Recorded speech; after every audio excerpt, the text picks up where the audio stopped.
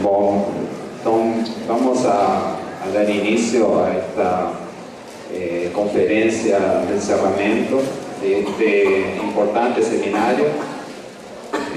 São 3 dias de trabalho intensos e bem produtivos. Todas as mesas redondas têm sido altamente produtivas. E agora nos estamos aproximando à finalização deste seminário. Vão participar desta conferência, não vai ser uma mesa redonda, não vai ter um debate posterior, vão ser 2 conferências. Estão conosco para esta conferência o professor Francisco Louçã, que é economista de Portugal e participante do Bloco de Esquerda. E também está conosco o professor José Paulo Anito, professor emérito daqui da UFRJ. Cada um deles, então, vai ter 30, 45, 40 minutos para expor suas ideias neste seminário. Vamos a começar, então, passando a palavra para o professor Francisco Louçã. Obrigado pela sua participação. Muito obrigado. Boa tarde a todas e a todos. Eu queria começar por agradecer o convite da Escola de Serviço Social, o Marcelo Braz, e a vossa presença nesta sessão. Esta homenagem ao Carlos Nelson Coutinho é uma reflexão extraordinária sobre a sua obra e sobre quem foi o Carlos Nelson. Para contribuir para essa reflexão, eu vou falar, em primeiro lugar, da colocação política do Carlos Nelson Coutinho, a partir do livro dele, A Democracia como Valor Universal, do texto dele de 1979. Em segundo lugar, vou falar da colocação filosófica e, em terceiro lugar, e em conclusão, vou falar do marxismo como humanismo. E pedindo desculpa por algo inconveniente que a minha pronúncia vos possa causar, começo pela colocação política do Carlos Nelson Coutinho, para fazer uma crítica ao trabalho que ele apresentou. O livro de 1979, o texto de 1979, é um texto do meio da vida que foi demasiado curta do Carlos Nelson Coutinho. Ele escreveu com 36 anos, sob influência do seu exílio europeu e do seu contacto com o eurocomunismo e, em particular, com o comunismo italiano. Mas esse livro, que é de 1979, foi publicado 10 anos antes da queda do Muro de Berlim. E se resulta das viagens europeias, resulta sobretudo de uma reflexão filosófica e de um pensamento político que era mais próximo da tradição italiana, de Berlinguer, sobretudo do Pietro Ingrao, do que de Marché ou Carrilho, que na altura faziam parte da tríade eurocomunista. A ideia da democracia como valor universal, que eu compartilho por inteiro e que acho que foi corajoso no momento e certo em todos os momentos, suscita, no entanto, uma perplexidade política que eu queria tratar em poucos minutos. Porque o Carlos Nelson Coutinho apresenta a ideia da democracia como valor universal a partir de 2 argumentos. O primeiro argumento é que a democracia resultou da revolução. A democracia é o resultado da força, da insurgência do terceiro Estado na Revolução Francesa, mas desenvolveu-se dentro das sociedades capitalistas que foram amadurecendo. Resulta da Revolução e cresceu no capitalismo moderno. Isso levou a um segundo argumento, que é que não pode haver socialismo sem democracia, frase forte em 1979, e podemos bem perceber o que ela quer dizer de crítica ao stalinismo e a uma tradição tão comum nas esquerdas do seu tempo, mas acrescentava ele: a democracia plena e consolidada não pode existir sem socialismo. O problema é que o diabo está nos adjetivos. E o que é uma democracia plena e consolidada, não sabemos bem. E eu queria discutir estes dois argumentos. Quando, uns anos mais tarde, no Contra a Corrente, em 2000, há pouco tempo, o Carlos Nelson Coutinho retomou a reflexão sobre o seu texto de 1979, escrevia ele que um novo patamar do processo de democratização, não a democracia, mas do processo de democratização, democracia plena e consolidada, não requer, não exige a condição prévia da tomada do poder pelos trabalhadores. E invocava a favor deste argumento a ideia de Gramsci de que no capitalismo, na sociedade burguesa, podem crescer instituições democráticas como sindicatos e partidos, que poderíamos chamar hoje forças contra-hegemónicas. E isso é inteiramente verdade. Baseava-se, por isso, numa primeira interpretação, já vos vou falar de uma segunda interpretação, uma primeira interpretação da antinomia gramsciana entre Estado, sociedade política e sociedade civil. Podem crescer instituições democráticas que permitem novos patamares do processo de democratização. Mas acrescentava então, no entanto, um desenvolvimento superior, cá temos outra vez os adjetivos, só é possível se a dominação burguesa do Estado for destruída. E, portanto, a realização da soberania popular exige a sociedade sem classes. De tudo isto, o Carlos Nelson Coutinho tirava uma conclusão que ele reafirma no livro de 2000, Contra a Corrente, do seu compromisso com uma ideia a que ele quis chamar, não pela primeira vez, outros já o tinham feito, e, portanto, até correndo o risco da contaminação da ideia, mas a que ele quis chamar de reformismo revolucionário. Reformismo revolucionário é uma coisa estranha. É um animal estranho. Porque se refere simultaneamente ao meio e ao fim, ao processo e ao objetivo. E se lhe fazemos o teste de perguntar, não tanto o que é que ele é, porque o que ele é só se sabe quando ele for, mas o que é que ele quer, o que é que ele muda, como muda e para que muda, então a resposta é difícil.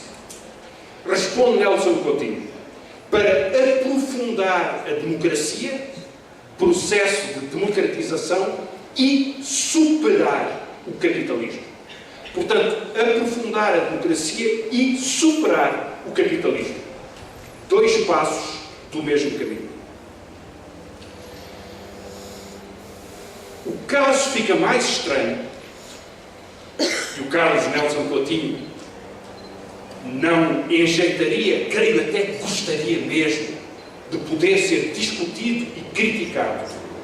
O caso fica mais estranho quando ele, a meio deste livro, sugere que uma estratégia possível poderia ser superar o antagonismo entre a social-democracia e o comunismo histórico.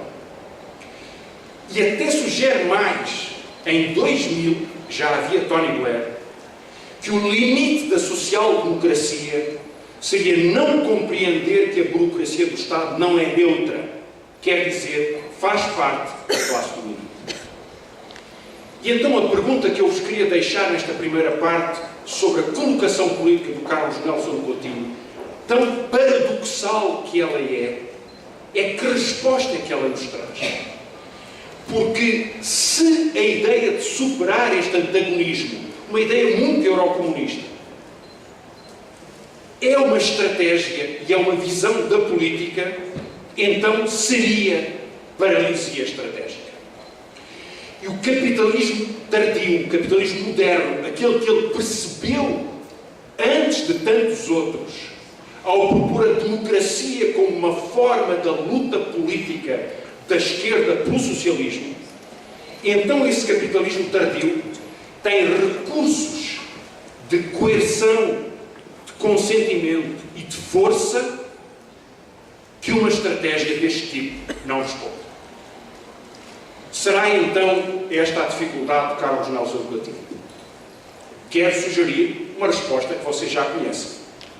É que a força da filosofia política do Carlos Nelson e o genuíno do seu conhecimento do marxismo é a resposta a esta dificuldade. E passo então ao segundo ponto. Carlos Nelson Coutinho teve um contato com Sartre. E eu só falo do Sartre porque ele tem alguma importância num tema que foi muito discutido ontem. É que o conhecimento do existencialismo do Sartre ajudava Carlos Nelson Coutinho a perceber Kafka e, portanto, a criticar o seu mestre Lukács. Quando Carlos Nelson Coutinho contacta Lukács, através do seu amigo Leandro Condra, ele é muito jovem.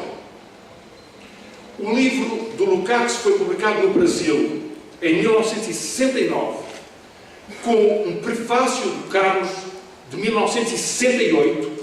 O Carlos tinha 26 anos.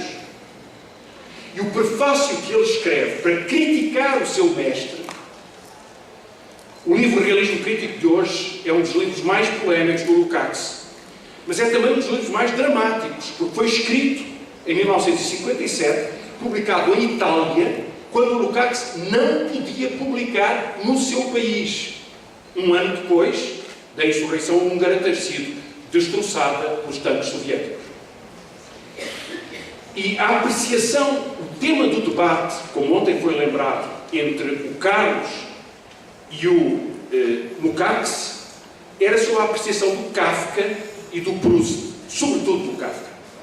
Escreveu o Lukács nesse livro: o Kafka representa a perdição, o desespero, a angústia, fatores essenciais que determinam subjetivamente os comportamentos correspondentes à decadência da literatura. E diz Carlos, Kafka e o Proust, o Kafka porque é atacado, o Proust porque é omisso, não podem ser confundidos com o anti-humanismo de alguma experimentação formalista de outra parte da literatura. Porque ele tem um humanismo vigoroso. É a frase do Carlos sobre o Kafka. Um humanismo vigoroso. É o encontro do homem, do ser humano, do homem ou da mulher, na sua angústia e na opressão do Estado do castelo, é vigorosamente humanista.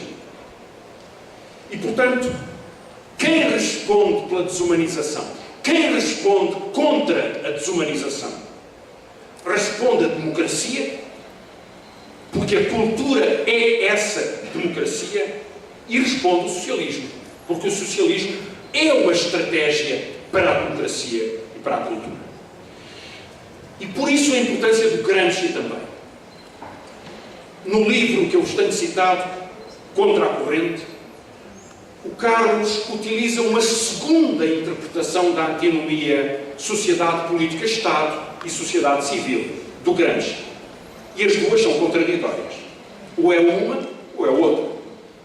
A segunda versão que ele utiliza é que o Estado tem uma ampliação, que é um processo objetivo, tão objetivo como o desenvolvimento das forças produtivas no capitalismo crescente, e essa ampliação do Estado inclui na força do Estado a coerção e o consentimento.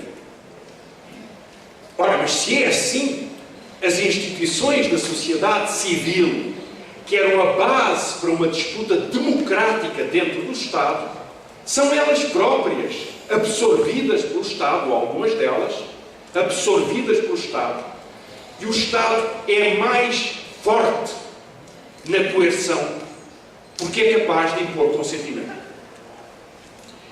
E daí a importância da reflexão do Carlos sobre o transformismo.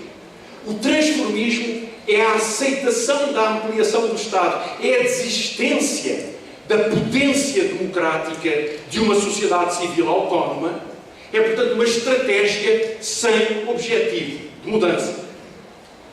E o transformismo é a expressão do fracasso de um reformismo que, mesmo que se tivesse considerado revolucionário, falhou no dia em que foi testado.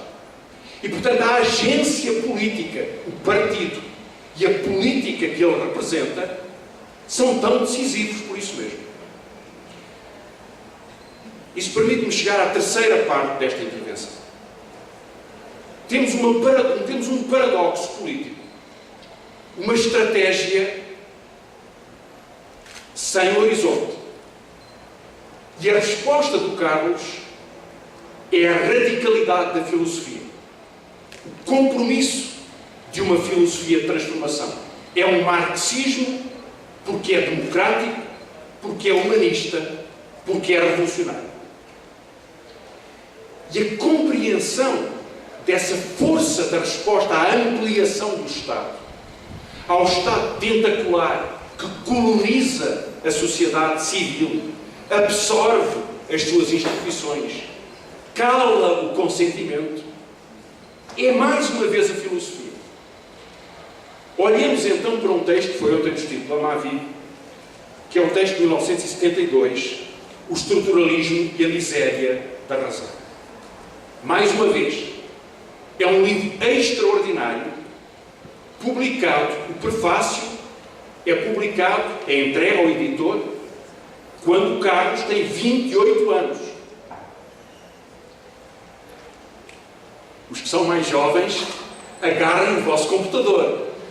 Com 28 anos e 26, ele tinha discutido com o seu mestre e publicado livros extraordinários que nós hoje lemos porque precisamos de aprender com eles. Qual é a força deste livro?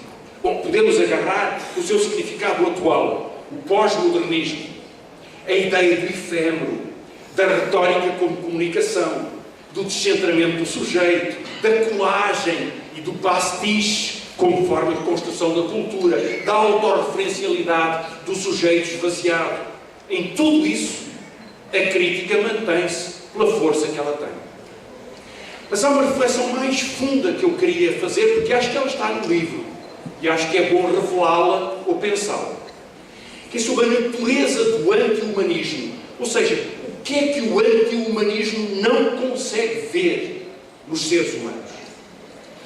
Em Foucault, na verdade, no Foucault que o Carlos discute, não há sujeito, porque o sujeito é totalmente manipulado, ou seja, fica vazio. E essa é a miséria da razão. Mas a ideia da manipulação de todas as formas de vida é uma ideia do maio de 68. E é uma ideia de outros autores que não olham para o sujeito como Foucault. É uma ideia de Marcuse, o homem unidimensional. E até em certa medida é uma ideia dos filósofos da totalidade como Lukács. O consumo no capitalismo tardio é absorvido de todas as formas como uma cultura do consentimento no capitalismo moderno. A força desta rede da expansão do capitalismo, ou da expansão do seu Estado, é esvaziar e manipular todas as formas de vida. E por isso, ser profeta da era bárbara pode ser a antecipação da barbaridade, pode ser o nihilismo nietzschiano perante a barbaridade, mas pode ser também a percepção de que a barbaridade, para ser bárbara, nem sempre precisa de ser bárbara. E isso o Foucault respondia da forma mais confusa e que mais hostilidade criava em relação ao marxista de formação sólida como o Carlos, com respostas do seu tempo, quando ele criticou, e vejam o que ele diria das respostas do biopoder, ou do poder sem sujeito, ou dos discursos como práticas sociais de dominação, ou do que ele escreve na história da sexualidade. O poder está em toda a parte, porque provém de todos os lugares. O que é totalmente verdadeiro e totalmente falso. Porque isso pode conduzir a extremos tão excessivos e tão paralisantes como Tony Negri, no ano do ataque ao Iraque, poder escrever que o Império não tem centro e não tem direção. Como se não soubesse, no dia do bombardeamento, que havia um centro e que havia uma direção. Mas o interessante desta polémica não é só o que está escrito, porque o que está escrito ficou. É o avesso, o inverso de Foucault. Porque isso, o humanismo radical e revolucionário podia perceber o que Foucault não se preocupava. Que é justamente o que é a organização da estrutura do poder. E sem compreender o poder, nós não temos uma estratégia para responder ao poder. Num samba famoso, que eu li num livro que o Marcelo acabou de editar, o Candeia dizia: mas depois da ilusão, coitado, negro volta ao humilde barracão. Mas e se o dia da ilusão não for só o carnaval? E se ao voltar ao humilde barracão, a ilusão estiver no humilde barracão? E se a ilusão for a forma de organizar o consentimento? De todas as formas possíveis. Essa é a crítica do Lefebvre ao Foucault, por exemplo. Ele ignora o conflito, idealiza o conflito. O pan-estruturalismo é a ideia de que há um poder da linguagem, um código e uma disciplina que por si só organiza. Ou o que diz José Pedro Neto: a ubiquidade do poder esconde o poder da ubiquidade. Não estar em todo lado, ou declarar estar em todo lado, esconde o lugar exato onde está o poder. E, portanto, não me preocuparia tanto com a forma como Foucault ele próprio mudou. Há algum regresso ao sujeito, o recalcamento, a estética da amizade, a ética, mas sobretudo ao que falta nesta análise. E o que falta é que esta análise do poder só descreve o poder nas instituições fechadas sobre si mesmas, que são espaços de comunicação que não comunicam. São prisões e são escolas. É a disciplina e o tempo que elas organizam. Vigiar e punir. O normal é o princípio da coerção. E se o normal não for só o princípio da coerção? E se o normal for vigiar sendo vigiado? E se o normal for punir mesmo quando não há punição? E se o normal for punir as escolhas, vigiar as escolhas, não só nos corpos, mas na sociabilidade? Se o normal for que a ilusão está também no barracão? E, portanto, a naturalização do consentimento é a força de uma sociedade burguesa que recorre à repressão, no Brasil como em Portugal. O século XX é o século das ditaduras. Não nos venham falar que não há repressão. Mas se for também das máquinas de produção do senso comum, das máquinas de produção dos lugares comuns, da ilusão no barracão. E vejam as palavras que colonizam a nossa vida: resgate, ajustamento, mercados, progresso, desenvolvimento, competitividade, até solidariedade. A desumanização profunda, porque lhes retiram o conflito e as tornam canções da unanimidade, o desencantamento, a ilusão iludida, como forma de consentimento, são a norma no espaço público burguês. E, portanto, a estratégia para o processo de democratização, e aí temos Sartre, Lukács, ou Gramsci, ou Carlos Nelson Coutinho, é a percepção de que este tempo que organiza é um tempo social de dominação.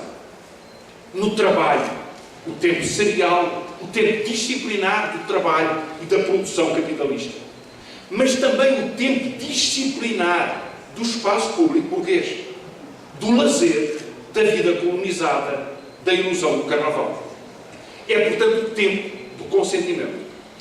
E se a extensão do Estado é, então, a naturalização da opressão, então é preciso estratégia. E volto ao princípio do Carlos Nelson Coutinho. É preciso estratégia porque a democracia tem que ser uma estratégia. E ele sabia. Para o Gramsci era a concentração da vontade. O partido e Maquiavel, que tem tão má fama, mas que é a concentração da vontade. Lukács e a consciência de classe para si. Ou a forma como Carlos Nelson discute os movimentos, mas não deixa de dizer que é preciso um partido para uma emancipação. Um partido, estrutura política, diálogo político, convergência política para a emancipação. Alguém lembrava que no marxismo latino-americano, Mariátegui escreveu, todos o sabem, que nenhum marxismo vencerá na América Latina, tenhamos do lado sul do Equador, se for uma cópia de outros marxismos ou de outras doutrinas, que precisa de criação heroica. Heroicidade em quê? Em quê? Heroicidade porque é criação. O simples facto de ser criação é heróico em si mesmo. Porque é a disputa da naturalização da opressão. É o confronto contra o consentimento. E por isso queria concluir sobre quem era este homem que vocês conheceram, quase todos, muito melhor do que eu. E porquê é que o humanismo revolucionário de Carlos Nelson Coutinho é a chave de toda a sua obra. Há poucos meses atrás, um escritor africano, Ondjaki, publicou um livro. Carlos Nelson gostaria dele. É um livro fortemente realista e fortemente imaginativo. Chama-se Os Transparentes. É a história das famílias que vivem em Luanda, num prédio, na vida impossível que é aquela cidade. E no fim do livro, a riqueza do país, o petróleo, explode num incêndio gigantesco. E um dos habitantes do prédio, um velho, cego, pergunta ao neto qual é a cor do incêndio que vem aí. E o neto não responde. E volta a perguntar-lhe qual é a cor do incêndio que está aí. E ele não responde. E volta a perguntar-lhe qual é a cor do incêndio que vem aí. E o neto diz-lhe: é vermelho devagarinho. Não será porque não venha depressa, porque é uma explosão. Mas aqui está o Carlos Nelson Coutinho. Devagarinho, vermelho devagarinho. Não porque não tenha pressa, porque há uma paciência impaciente em toda esta geração de que ele foi um dos melhores. E ele até sabe onde estão os incêndios. Até quer viver as mudanças que ele representa. Até quer fazer parte delas. Apagar e acender. Heroica criação. Mas há, na resposta que ele dá, vermelho, devagarinho, uma convicção, um partido, uma bandeira, uma causa, um programa, uma abertura, uma vontade, uma curiosidade, um compromisso. Chama-se humanismo. O humanismo é uma estratégia de emancipação porque é uma ação. É a humanidade toda de um vermelho devagarinho. E o Carlos Nelson Coutinho soube sempre por onde começar. E aqueles que privaram com ele, ou aqueles que foram seus alunos, talvez pudessem por um momento até fechar os olhos e lembrar-se do vermelho devagarinho, desse fogo que arde sem se ver, do Carlos Nelson Coutinho, paixão e razão, porque era o humanismo. O que ele sabia, e que nós ficamos a saber com ele, é que o marxismo só é revolucionário se for humanismo.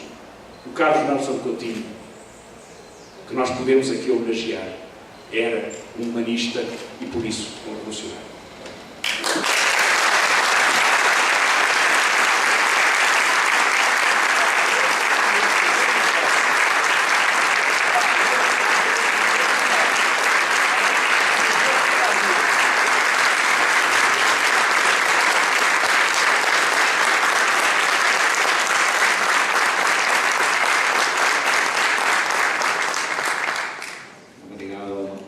Pela conferência. E agora então vamos passar a palavra para o professor José Paulo Neto, agradecendo também sua participação.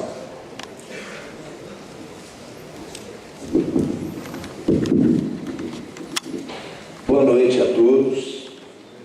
Eu queria começar agradecendo os companheiros da Escola de Serviço Social aqui da UFRJ que organizaram esse seminário tão importante, o dia mais importante dos vários eventos que no Brasil, na América Latina e na Europa se realizaram em homenagem a Carlos Nelson. Saudar aqueles que nos precederam, ao Francisco Louçã e a mim, aqui ao longo dessa semana, né? Companheiros do Brasil e do exterior, especialistas que trataram da contribuição do Carlos Nelson às ciências humanas, às ciências sociais, o seu papel na inteligência brasileira, destacando o protagonismo dele no desenvolvimento do marxismo no Brasil e na batalha das ideias no Brasil. Dizer para vocês que certamente a minha intervenção não vai acrescentar grande coisa. Queria dizer da minha honra em estar participando dessa vez, afinal, com uma figura que eu já conheço há muito tempo pela televisão portuguesa, que é o Louçã, pela sua obra teórica, pela sua militância política. É realmente um prazer estar aqui e uma honra. Eu dividi com o Carlos Nelson 40 anos de amizade, de cumplicidade, de boas e nem tão boas assim ações. Vocês não imaginam o que foi a perda do Carlos Nelson para mim. Eu lembro que poucos dias antes dele morrer, eu liguei para a companheira dele, que está sentada ali, e nós dois desabamos chorando no telefone, e eu disse uma coisa absurda, que ela se calou e 2 minutos depois repostou e disse: "Ô Andréia, como é que eu vou viver aqui no Rio de Janeiro sem o Carlos Nelson?" E ela respondeu do outro lado, depois de algum tempo de silêncio: "Ah, é? E eu?" Bom, isso é para dizer para vocês que a morte do Carlos Nelson, a partir de um certo momento, esperada por todos nós, foi uma espécie de um murro na boca do estômago. Eu não acho que os homens públicos têm vida privada. Não pertenço ao grupo do... Como é que é? Procure saber. Acho que a vida do Carlos Nelson, um homem público, é uma vida pública. Queria dizer para vocês, não sei se vocês tiveram a oportunidade de ouvir a Andréia aqui, se ela fez alguma intervenção, Carlos Nelson morreu com uma dignidade extraordinária. Eu tive a oportunidade de dizer isso aqui na cerimônia que realizamos aqui embaixo. Carlos Nelson é daqueles homens que devia ser enterrado como viveu, de pé. Mas esse não é o espaço para eu falar aqui da minha dor, da dor de todos os amigos, os mais próximos. Aqui o Temer, que junto com o Leandro e o Carlos Nelson constituíam aquilo que eu chamo dos 3 mosqueteiros da esquerda brasileira, né? Sempre juntos. E sempre apanhando, né? Vem mais por aí, meu companheiro. Mas esse não é o espaço para a gente dizer da nossa terra. Especialmente porque quem trabalha aqui, eu já estou aposentado, mas vem aqui nesse campus, às vezes, não se sente saudade do Carlos Nelson, né? A presença do Carlos Nelson salta aí nos corredores, nas salas. O que a gente sente do Carlos Nelson é falta. Eu depois de uma intervenção que, aliás, me surpreendeu do Louçã, né, que tratou da obra do Carlos Nelson com uma intimidade, com a propriedade, que ele surpreendeu os amigos do Carlos Nelson. Eu queria sinalizar apenas um perfil amplo do Carlos Nelson. Já disse que a minha intervenção aqui não vai acrescer nada a vocês, mas no fim dessa semana de trabalho, de debate, de polêmica, eu acho que pode ajudar a compor uma imagem muito real do Carlos Nelson, né? Eu dizia para um dos organizadores desse seminário que a pior coisa que pode acontecer com o Carlos Nelson é a canonização dele. Quero dizer para vocês que Carlos Nelson era teimoso, ou melhor, era um homem de firmes convicções, não é? Os teimosos são os nossos adversários, os nossos inimigos. Os nossos amigos são homens de convicções firmes. Eu vou mencionar uma teimosia teórica do Carlos Nelson, né? Carlos Nelson era teimoso, ranzinza, né? Diria aqui que Carlos Nelson foi a vida inteira um militante político, mas quero fazer a ressalva celebérrima, feita numa sala dessa pelo Temer, não é? O tipo de mediação que o Carlos Nelson tinha com a militância política. Nunca pichou parede, nunca distribuiu panfleto, chegava atrasado às reuniões, na época nós chamávamos de base, e quando as coisas apertaram aqui no Brasil para o tal de PSOL, ele saindo do PT para ir para o PSOL, ele ligou para o Temer, ele disse: estou reproduzindo o que Temer já disse aqui publicamente, que eu acho que é uma pérola. Se Temer, o quadro é terrível, nós temos que agir, blá, blá, blá, blá, blá, blá, blá, blá, blá, e terminou. Você e o Leandro vão ter que trabalhar muito. Então, o que eu quero dizer é o seguinte: esse era o Carlos Nelson, chatíssimo. Eu imagino que ele foi o grande parceiro intelectual dele, foi o Leandro, não é? Eu desempenhei um pouco esse papel nos anos mais recentes. Eu imagino que o Leandro deve ter sofrido na mão dele, porque a gente fazia uma tradução, o Carlos Nelson encrencava com uma palavra e não tinha jeito, ele metia o dedo e dizia: não é isso que vai sair, não é? Esse homem também tinha as suas sombras, não é? O Carlos Nelson foi só uma figura luminosa, tinha lá suas depressões, às vezes entrava numa fossa da qual só saía através da corda da garrafa de conhaque ou de uísque. Tomávamos porres homéricos. Mas, sobretudo, Carlito não gostaria de ser canonizado do ponto de vista das ideias. Eu vou chamar a atenção aqui, inclusive, para alguns pontos de divergência que nós tivemos. E o legal é que quando a gente tem amigos, tem amizades sólidas, a gente pode divergir quase que até o nível dos tapas, não é? Porque isso não... Em cima da base da amizade, que é construída com cumplicidade e solidariedade, só há rupturas quando há maus caracteres. Fora disso, não existe. Queria chamar a atenção para alguns traços que caracterizam, um deles, inclusive, foi mencionado aqui pelo Louçã, que caracterizam a intervenção do Carlos Nelson enquanto cidadão e enquanto intelectual, na medida em que, inclusive, não divorciava essas duas dimensões. A primeira coisa é a precocidade do Carlos Nelson. Ele lembrou a precocidade do estruturalismo e a miséria da razão, que eu, pessoalmente, contra a opinião do Carlos Nelson, sempre considerei o melhor livro dele. Carlos Nelson começou a publicar não versos, não contos, mas ensaios, quando tinha 16 anos. A curva da produção do Carlos Nelson começa aos 16 anos e ela é contínua.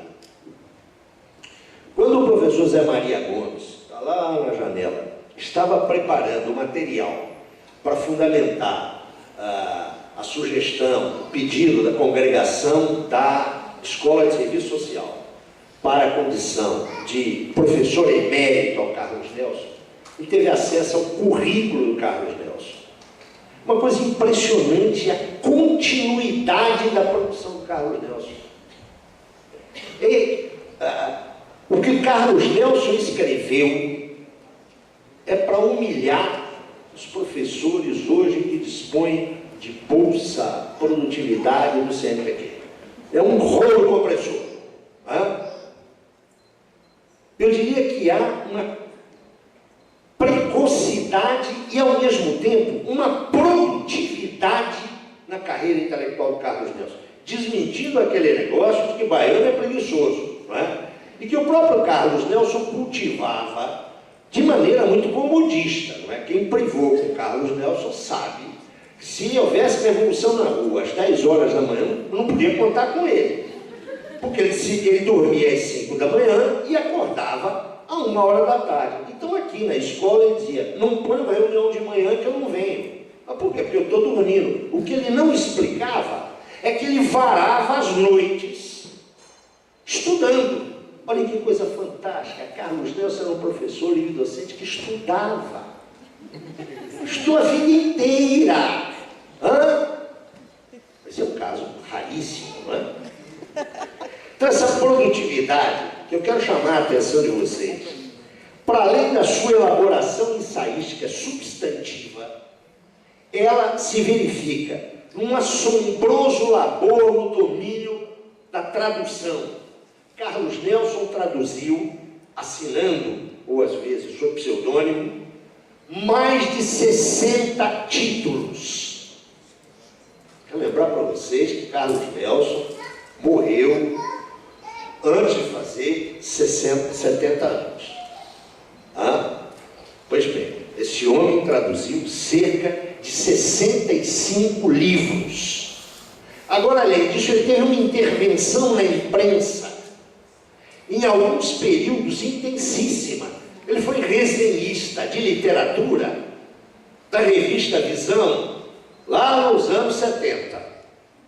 Ele participou ativamente da difusão cultural nesse país. Além de um trabalho como divulgador de autores importantes, que eu diria que ninguém da sua geração realizou. Enfim, absoluta coerência teórica do Carlos Nelson.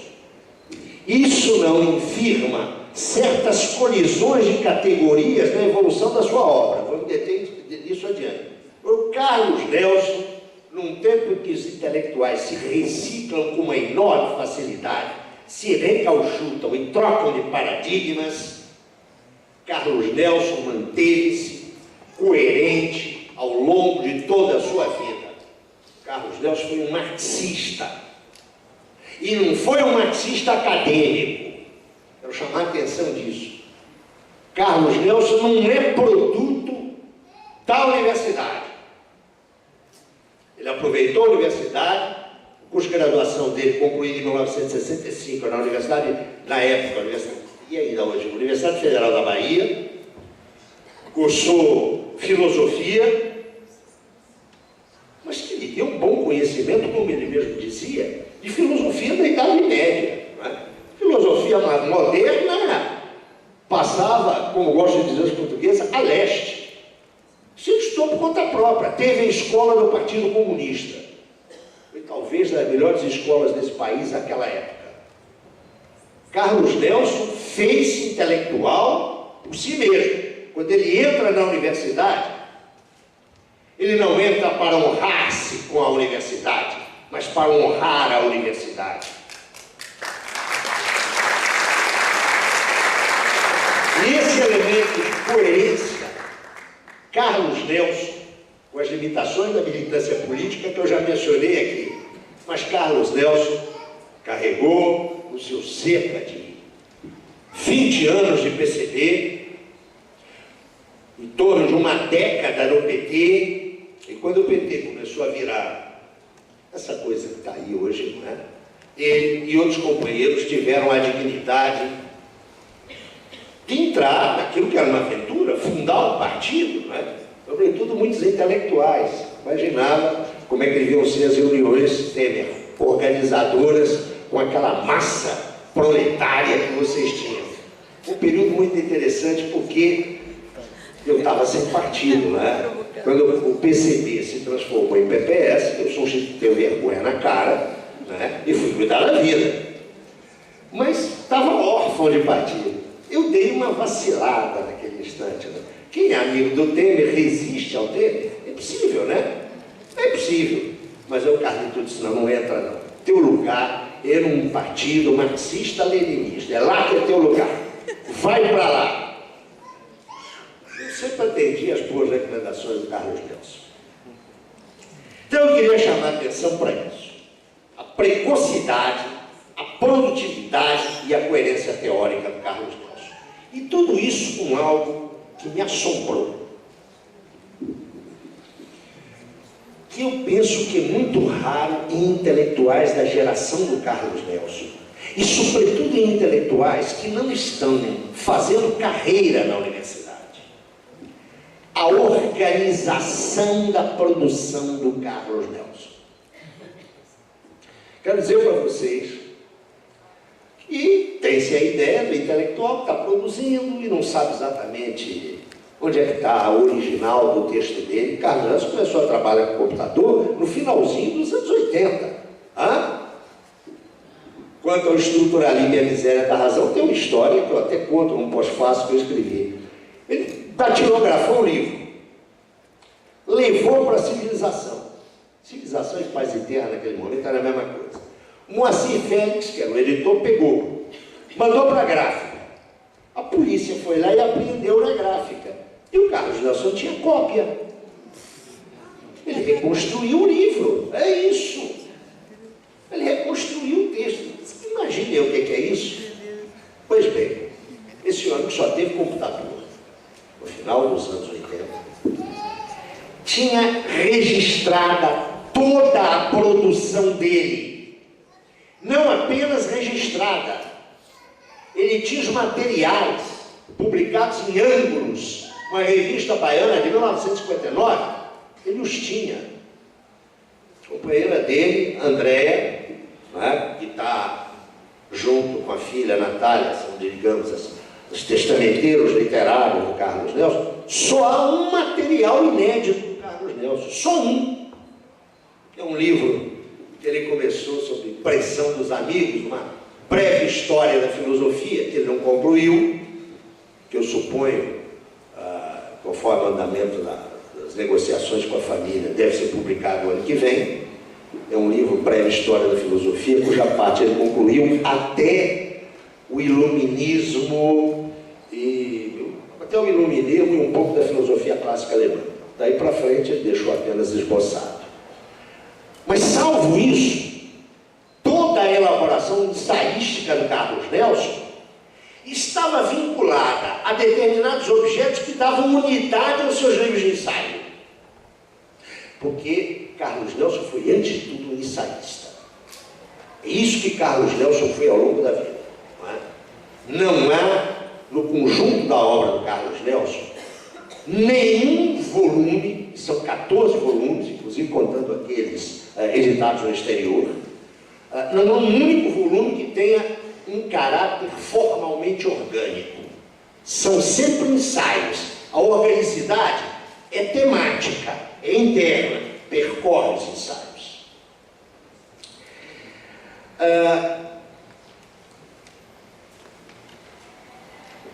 Curiosamente, quando a gente fala do Carlos Nelson, sempre aparece a sua condição de discípulo.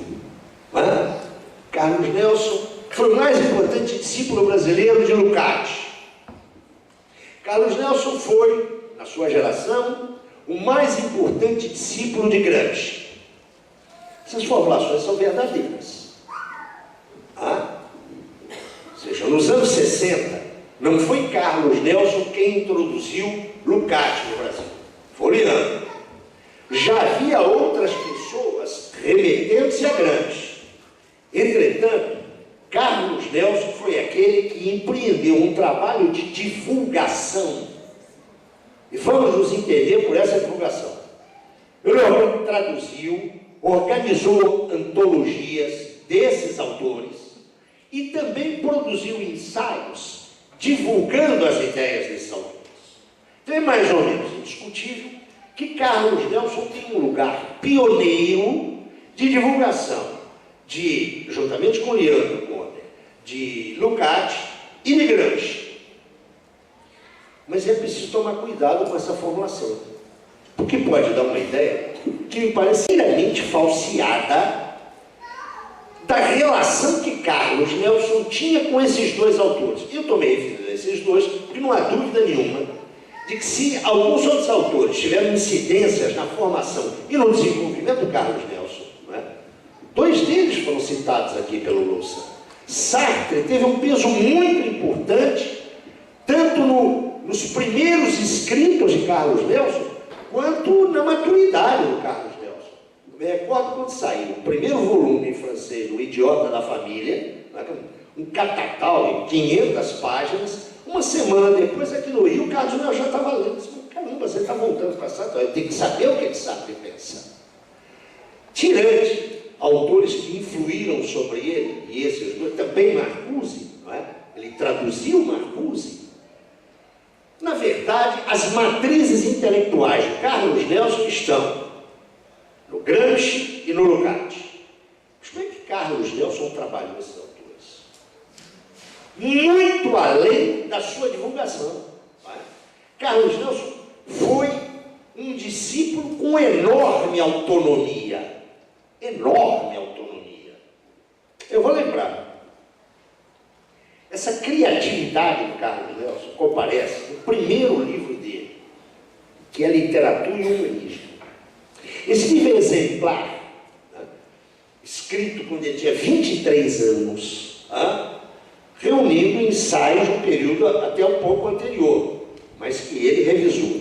Esse livro é importante porque ele reúne essas duas dimensões. É um livro onde Gramsci não aparece. É um livro de crítica e teoria literária. É um livro de crítica literária e teoria estética.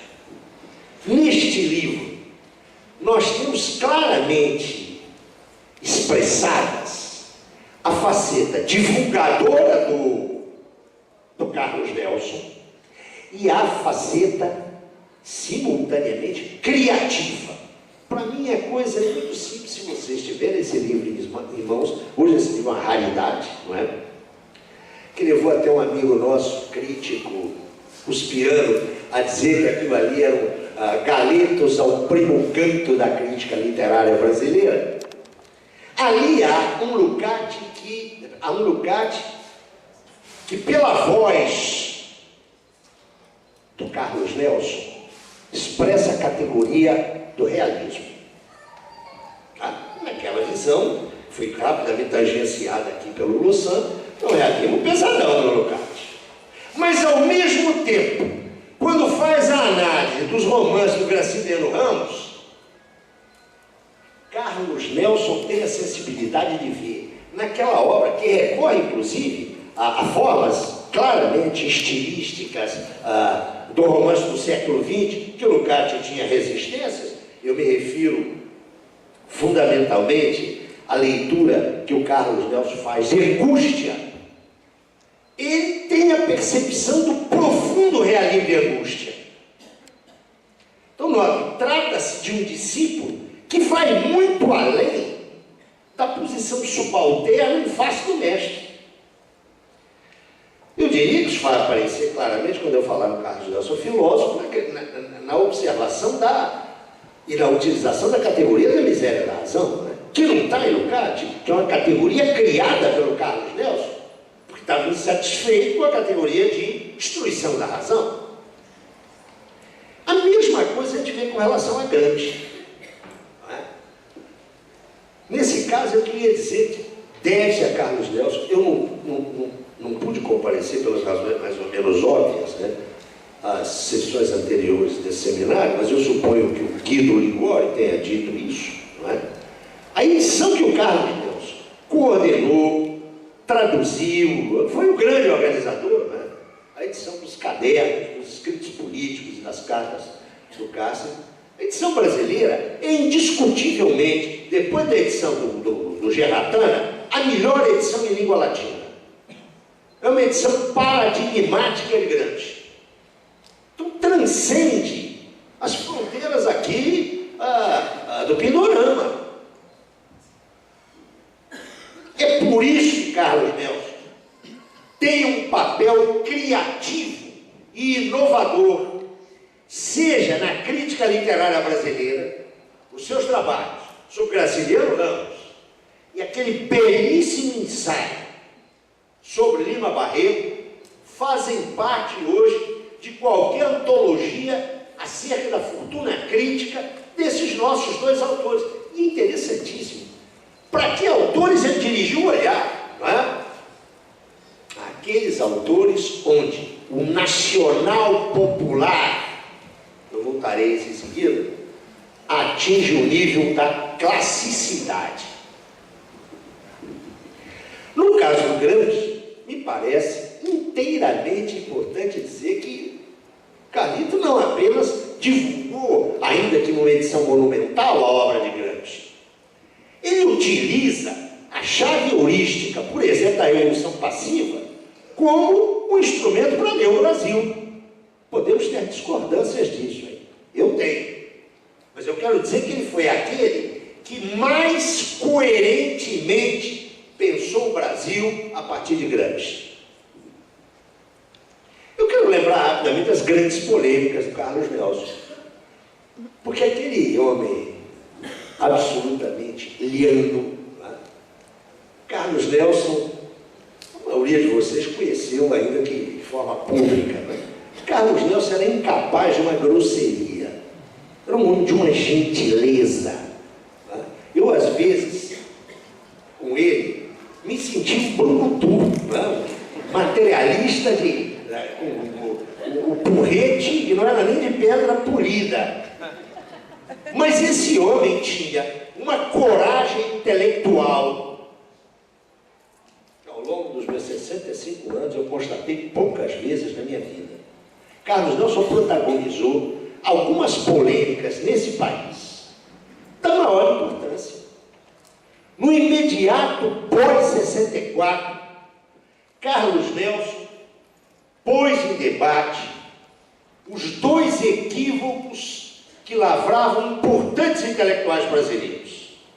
Aqueles que, com a hipoteca da pedagogia do CPC, pensavam o nacional popular como arte didática.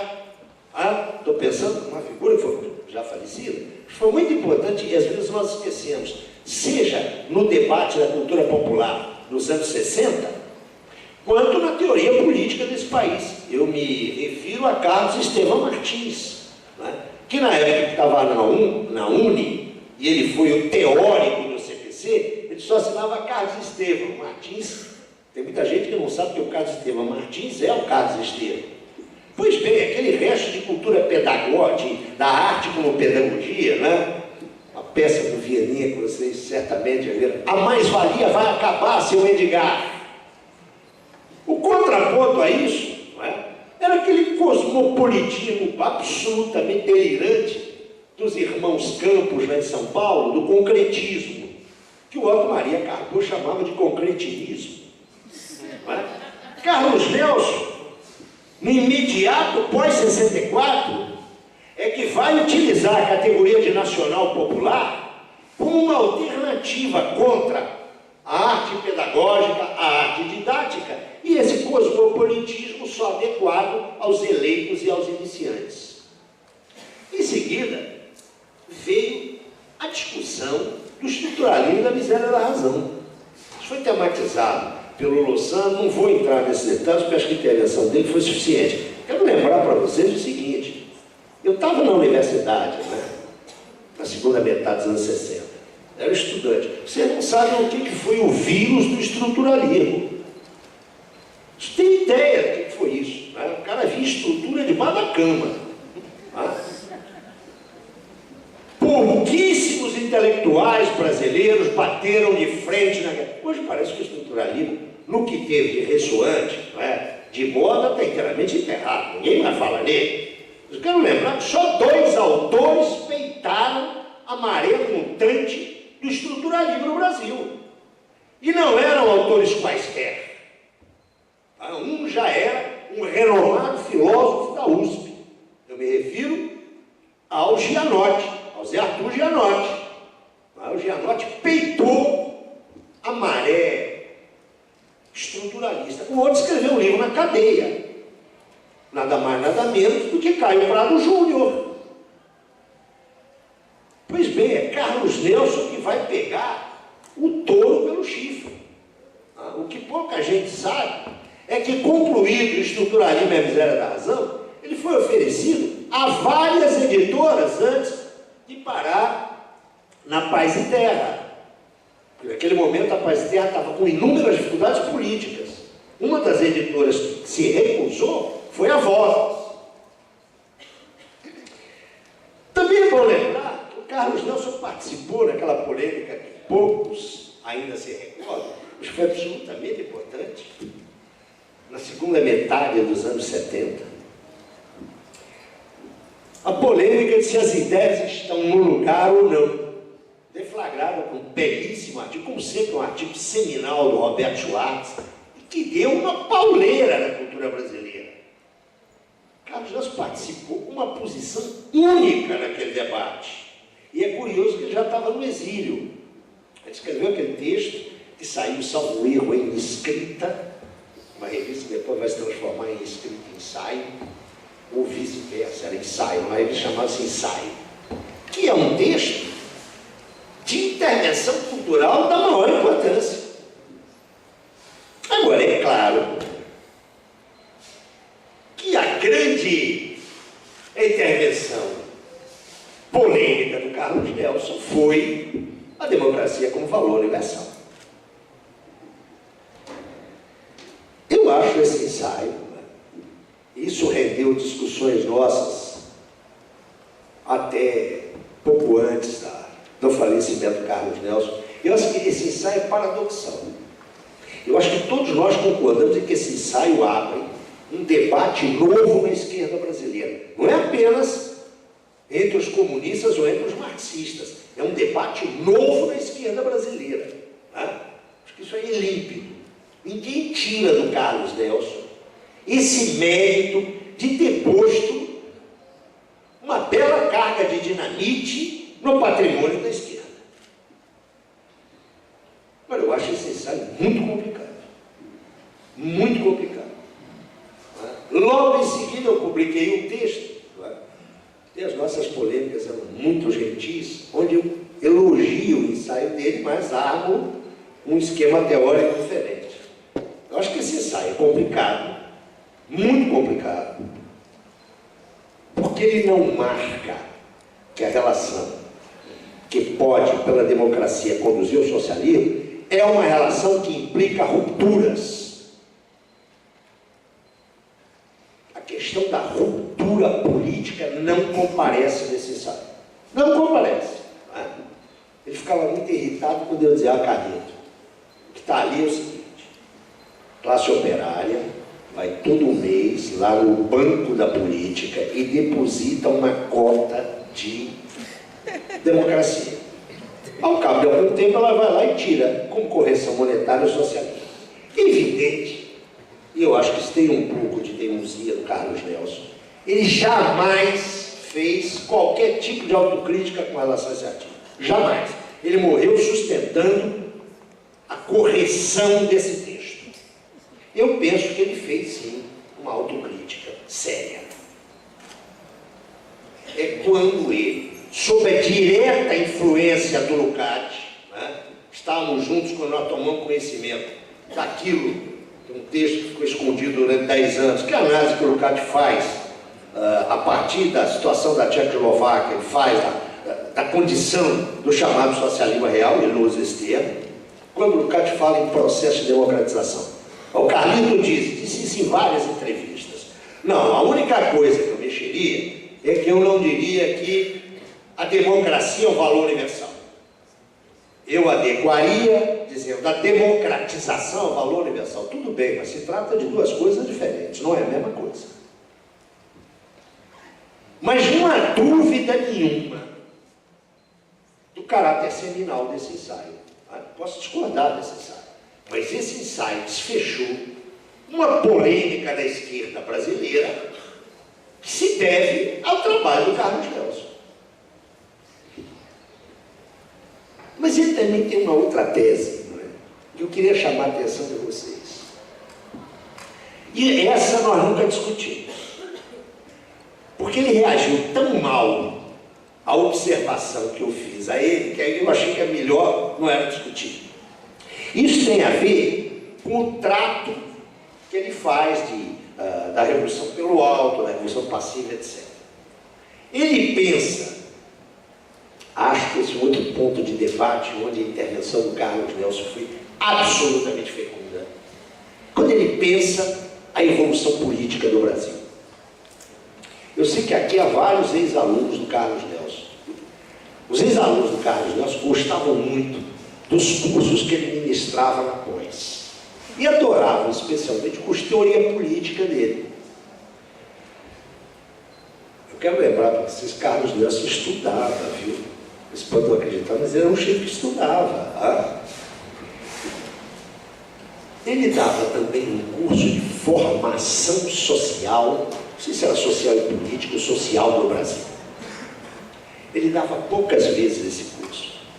Esse curso era absolutamente brilhante. No curso de teoria política, o Carlos Nelson punha muito da sua criatividade, da sua interpretação. Mas o curso que ele dava, Formação Social do Brasil, fazendo uma leitura dos clássicos, era um curso de uma originalidade extraordinária. É lamentável que pouca coisa desse curso tenha ficado registrada. Quero lembrar que ensaios do Carlos Nelson sobre Caio Prado e sobre Florestan Fernandes são caudatários desses cursos que ele deu. Mas ele defendia aí que ideia? Gramsciana, que estava na chave da revolução passiva. Ele dizia, olha, a sociedade civil brasileira, até a ditadura, até os anos 60, era uma sociedade muito mais oriental, lá no sentido Gramsciano, lá no sentido geográfico, era muito mais oriental do que ocidental. Era algo gelatinoso. A ditadura criou condições para esse enfibramento, esse adensamento da sociedade civil brasileira. Quer dizer, Carlito, esse troço não é verdade. O golpe de 64 foi preparado por quem? O golpe de 64 foi meia dúzia de milico que conspiraram? Quem é que construiu o IPES? Como é que foi o papel das associações e sindicatos patronais de 30 para frente? O curioso dessa tese do Carlos Nelson é que ela tem um precedente. Carlos Nelson não vai dar pulos, vocês sabem que ele não está enterrado, ele foi cremado, o desejo dele. Né? Se ele tivesse enterrado, ele ia pular e ia aparecer aqui e brigar comigo. Olha, está falando aqui na teoria. Isso! O grande precursor dessa tese é Oliveira Viana. Nesta sociedade amorfa, de português, preto e índio, quem tem que formar a sociedade é o Estado. Por que eu estou dizendo isso? Porque o repertório analítico que Carlos Nelson nos deixou é enorme.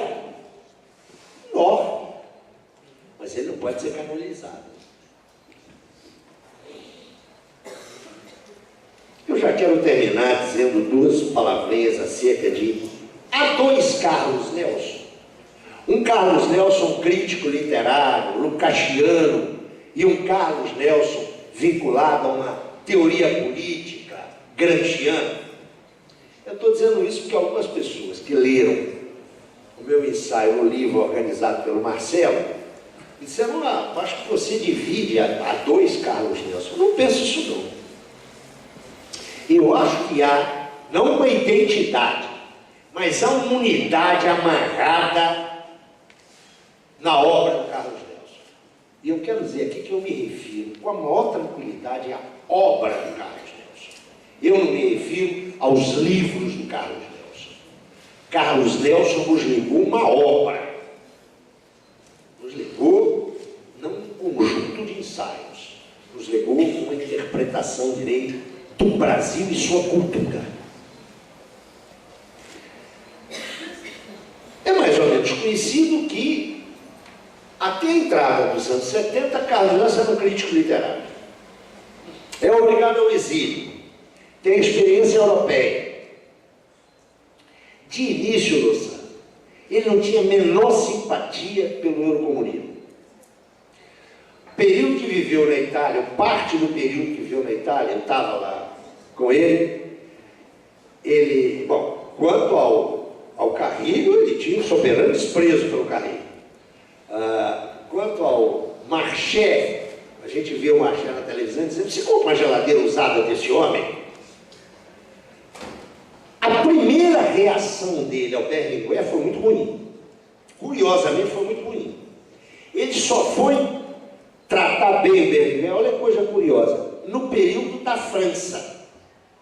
Porque ali, eu tenho a impressão que o Milton Temer já estava com suas más influências sobre o meu amigo, ali ele teve que estudar o Berlinguer, ele teve que estudar o PCI. Então, eu diria que foi na França, eu diria 77, 78, que ele apanhou, inclusive a expressão a democracia é o valor universal é uma frase de um relatório, um comunicado do Berlinguer, não é? Mas eu diria que há continuidade aí. Eu não acho que é um Carlos Nelson crítico literário e um Carlos Nelson teórico político, analista da história. Essa transição começa a se dar no Brasil. E o resultado que faz com que Carlos Nelson desloque o centro da sua análise da literatura para a teoria política foi a nossa derrota, a derrota da esquerda em 69, não em 64, mas na sequência do AI-5, da destruição criminosa da chamada esquerda armada, em seguida dos ataques, da quase destruição do PCB e 2 anos depois, em 76, do massacre contra o PCdoB. E nesse período, ainda aqui no Brasil, que Carlos Nelson se desloca para uma reflexão especificamente política. E eu lembro,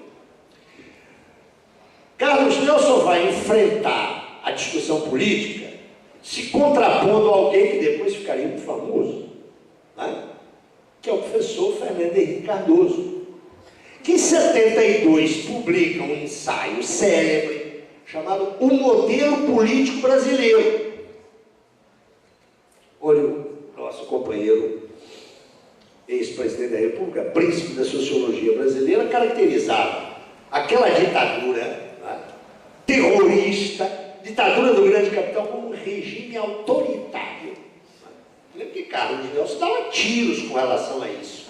Nessa época, trabalhando na teoria do CME, Catadilha Monopolista de Estado, o Carlos Nelson, seguindo inclusive a caracterização do PCB naquele momento, caracterizava aquilo como militar fascismo. Depois ele calibrou diferentemente a sua análise. Então não há uma ruptura, quando Carlos Nelson transita para a análise política, não há ruptura com o crítico literário. Porque há um elemento que une essas duas dimensões. É que Carlos Nelson sempre esteve preocupado, desde o pré-64 e até dias antes do seu falecimento, esteve preocupado com a questão da política cultural. O que amarra esses dois momentos da reflexão do Carlos Nelson é a continuidade da sua elaboração no âmbito da política cultural. E, evidente que isso foi um problema sério, né? Como botar no mesmo liquidificador Gramsci e Lukács? Há problemas filosóficos de fundo nisso. Carlos Nelson sempre teve clara consciência das diferenças filosóficas entre os dois. Sempre teve. Mas ele sempre sustentou também a possibilidade de vincular esses dois pensadores numa solução que ele ensaiou várias vezes, em vários dos seus escritos. A solução consistia em quê? Em pensar o que ele considerava os avanços e as descobertas teóricas de Gramsci sobre uma base filosófica não gramsciana. Ele escreveu isso com toda clareza. Há vários textos dele, eu chamaria atenção em especial para aquele O Pensamento de Gramsci, onde ele diz, olha, os supostos filosóficos de Gramsci são muito problemáticos, não é? Há momentos, e aí a relação com Croce é absolutamente fundamental, há momentos que são claramente idealistas. Com isso, o que quer dizer? Olha, eu não participo disso não, eu estou com uma outra leitura de Gramsci, eu estou convencido que essa é uma leitura original. Essa pretensão de dar um fundamento, eu diria, me perdoe a expressão que ela está muito desgastada, materialista dialético ao pensamento e às formulações teóricas de Gramsci. Ele sempre teve isso como possível e tinha o projeto de fundamentar isso mais longamente. A enfermidade não lhe deu tempo para isso, mas ele esboçou um caminhamento disso. O último livro dele, de Rousseau a Gramsci, há um ensaio onde ele explicita claramente quais são os supostos que ele julga viabilizadores dessa união. Não é por acaso que esse ensaio é dedicado a mim, porque ele dizia que eu não, na medida em que eu não pensava nessa possibilidade, eu perdia a riqueza de Gramsci. Quero dizer para vocês, encerrando, porque o meu tempo já se vai, que dos marxistas da sua geração, Carlos Nelson foi o mais brilhante ensaísta. E eu não falo isso movido pelos meus vínculos pessoais com ele. Poucos homens terão marcado tanto a cultura brasileira participando de questões quentes dela como Carlos Nelson. Eu me atreverei a dizer algo aqui. E insisto, não é em homenagem ao amigo que perdi. Carlos Nelson é, dos autores brasileiros, aquele que mais rapidamente vai se transformar num clássico. Alguém aqui se lembra de José Guilherme Melchior? Só 3 caras que eu estou olhando ali que têm a minha idade. Quero dizer o seguinte, Melchior foi um homem que interferiu ativamente no debate brasileiro até os anos 90. Melchior morre, salvo em 95, também uma morte. 90? Não, porque ele redigiu materiais para o Collor. Pois é. Um pouquinho aí. Mas veja, morreu também com 50 anos. Muito jovem, muito jovem. Esse homem participou ativamente dos grandes debates brasileiros. A meu juízo, foi o melhor crítico de poesia que tivemos nos últimos anos, nas últimas décadas.